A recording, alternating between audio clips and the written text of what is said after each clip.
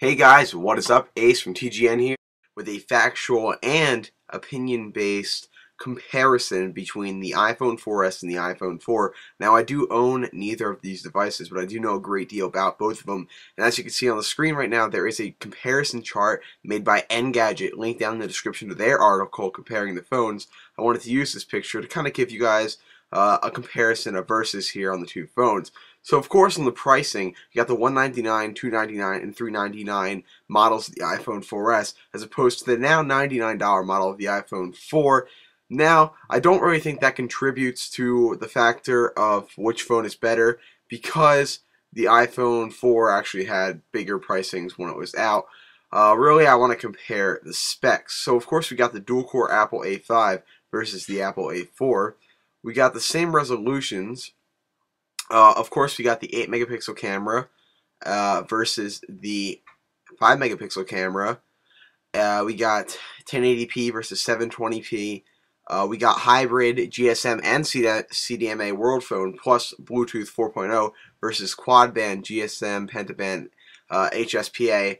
Plus, we know that there's two different models of the phones for CDMA and stuff like that. As far as, Oriental goes and stuff like that, oh, and Wi-Fi as well is the same. We got the accelerometer, digital compass, and gyroscope in the 4S, and in the 4, just an accelerometer, compass, and gyroscope. Now, we got up to 8 hours talk time on the 4S, 7 hours on the 4, that's on 3G, 14 hours on 2G, on both phones, 6 hours on 3G, 10 hours on Wi-Fi on the iPhone 4, 9 hours on Wi-Fi. Now we got up to 40 hours audio, 40 hours audio on the other one too, 10 hours video on both phones. Now, it does seem that the iPhone 4 weighs a bit less, probably because of the stuff that's in it. But other than that, the size is basically the same on the phone. Now that's kind of the factual comparison. Now what I want to give you is my opinion on what is better. Now in my opinion, of course, the iPhone 4S is a tweaked version of the iPhone 4. So obviously it's better, but the real question is, should you upgrade now? And in my opinion is, unless you know what you're doing, no. Now being somebody like me who's very tech savvy, if I was in the position where I had the money to buy this phone and still wanted to get the iPhone 5 within the next year, I would personally buy the phone, use it until the next phone came out, unlock it, and sell it on the internet to somebody. Now, iPhones that are unlocked usually sell for a very reasonably good price.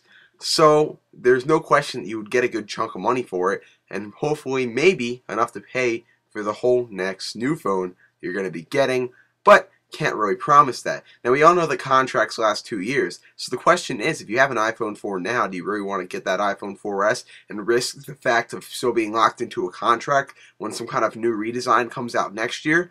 The answer is obviously no. And of course that if you decide to get an iPhone 4S now, I'm sure you'll wind up regretting it sometime in the near future. However, like I said, if you do know what you're doing, you could always sell the phone in a year from now or whatever, and you'd be okay. Especially if you were to do something like get a Best Buy buyback plan. If you had no luck selling it online, within a year they will sell you back the phone for at least probably half of what the phone's actual value is. And we're not talking about contractual values here. We're talking if it's a $600 unlocked phone, they'll give you $300 if you return it within a year. That's a guaranteed buyback right there if you were to buy it through Best Buy if they offer it with the iPhone. So, if you know what you're doing and you really want to upgrade, go right ahead, and maybe in a year from now you could sell your iPhone and then go and get maybe an early upgrade. Maybe they'll give you a discount for that, whatever carrier you're on. But I think the fact of the matter right now is you don't want to upgrade if you're not the kind of person that wants to tamper. If you're just going to look into, you want to get your phone and you don't want to have to resell it or anything like that, you want to wait till your contract's up and you want to get a new phone, then don't buy it. Stick with your iPhone 4 for another year, or stick with another phone that you use, and go ahead and get that iPhone 5 when it comes out. I can tell you that you won't regret waiting in the long run. It might be a little while, but it might save you some money in the end and a little bit less complication. If you're fine with your iPhone 4, you don't have to make the slight upgrade.